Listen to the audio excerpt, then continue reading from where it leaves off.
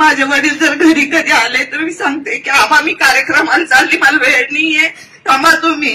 माझे वडील नेहमी फक्त फोनवर बोलतात, बाई तू इतकी काय बिझी राहस. मी म्हणते आबा तुम्हाला जवळ आमदार आहे तर ठीक आहे ना, तेवढं तर लोकेश इथलं प्रेम भेटस, मला लोकेश ना जाणच पडी. पण कुठेतरी मी आज माझ्या वडिलांपासून लांब गेली, हे मला खरंच खूप दुःखदायक वाटतंय. खरं सर आज माझे वडील राहिले असते तर मी 100% त्यांना मिठी मारली असती. खूप वाईट वाटतं, म्हणजे आपण आपल्या आई वडिलांचे सगळे कर्तृत्व, लग्नानंतर भलेही आपलं आयुष्य किती सुंदर असो पण आपण आपल्या आई वडिलांपासून खूप लांब जात असतो. आज सगळ्यांना वाटतं की प्रतिभाताईचं आयुष्य खूप सुंदर आहे, छान आहे, नक्कीच छान आहे, जीवनाचा साथीदार चांगला मिळाला म्हणून आयुष्य खूप सुंदर होतं. पण कुठे ना कुठे आपल्या आई वडिलांपासून आपण लग्नानंतर खूप लांब चालले जातो.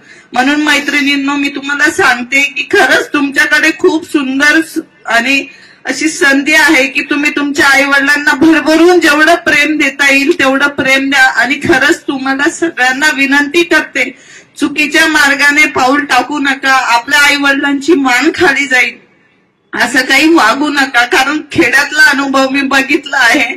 आणि सरांनी बापाबद्दल जे सांगितलंय, सर मी तुम्हाला सांगते की आमच्या डोनची मुलगी जी वडाळ्याला दिलेली होती, का शहीद वीर पत्नी आहे ती, तिच्या मुलांचं शिक्षण आम्ही करतोय. ज्या वेळेस 26 जानेवारी येते, 15 ऑगस्ट येते, शाळेचे काही प्रोग्राम येतात, तेव्हा इतकं वाईट वाटतं की मुलांना वडील नाहीये, याच्या सगळ्या अपेक्षा इच्छा अपूर्ण राहतात. एक खरी वस्तुस्थिती आहे सर ही आमच्या शहरातली.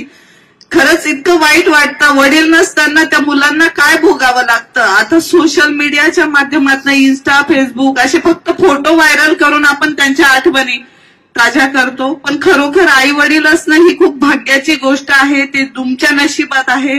तुम्ही ते नक्कीच आई वडिलांवर जीवापाड प्रेम करा. कारण स्वामी तिन्ही जगाचा आई विना भिकारी हे जे आहे, ज्याला वडील नाही त्यालाच ते अनुभवायला मिळेल.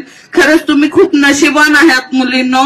आणि त्या लहान चिमुकलीने सांगितलं की एका कॅडबरीवर आपण भुलून जातो का, तुमचे वडील देऊ शकता ना, तुमच्यासाठी जर तो भिकारी होऊन जातो तर तुम्हाला काय खरंच कॅडबरी देणार नाही का. त्यामुळे खरंच तुम्ही हक्क करून मागा वडिलांकडे. वडील फक्त बाहेरून नारळासारखा असतो, आतून त्याला गोड मधुर त्याचं पाणी असतं. मैत्रिणींनो खरंच तुम्ही विचार करा, सरांकडनं तेवढं नक्कीच एक आचरणात विचारणात आणाल एवढी तुमच्याकडनं अपेक्षा ठेवते.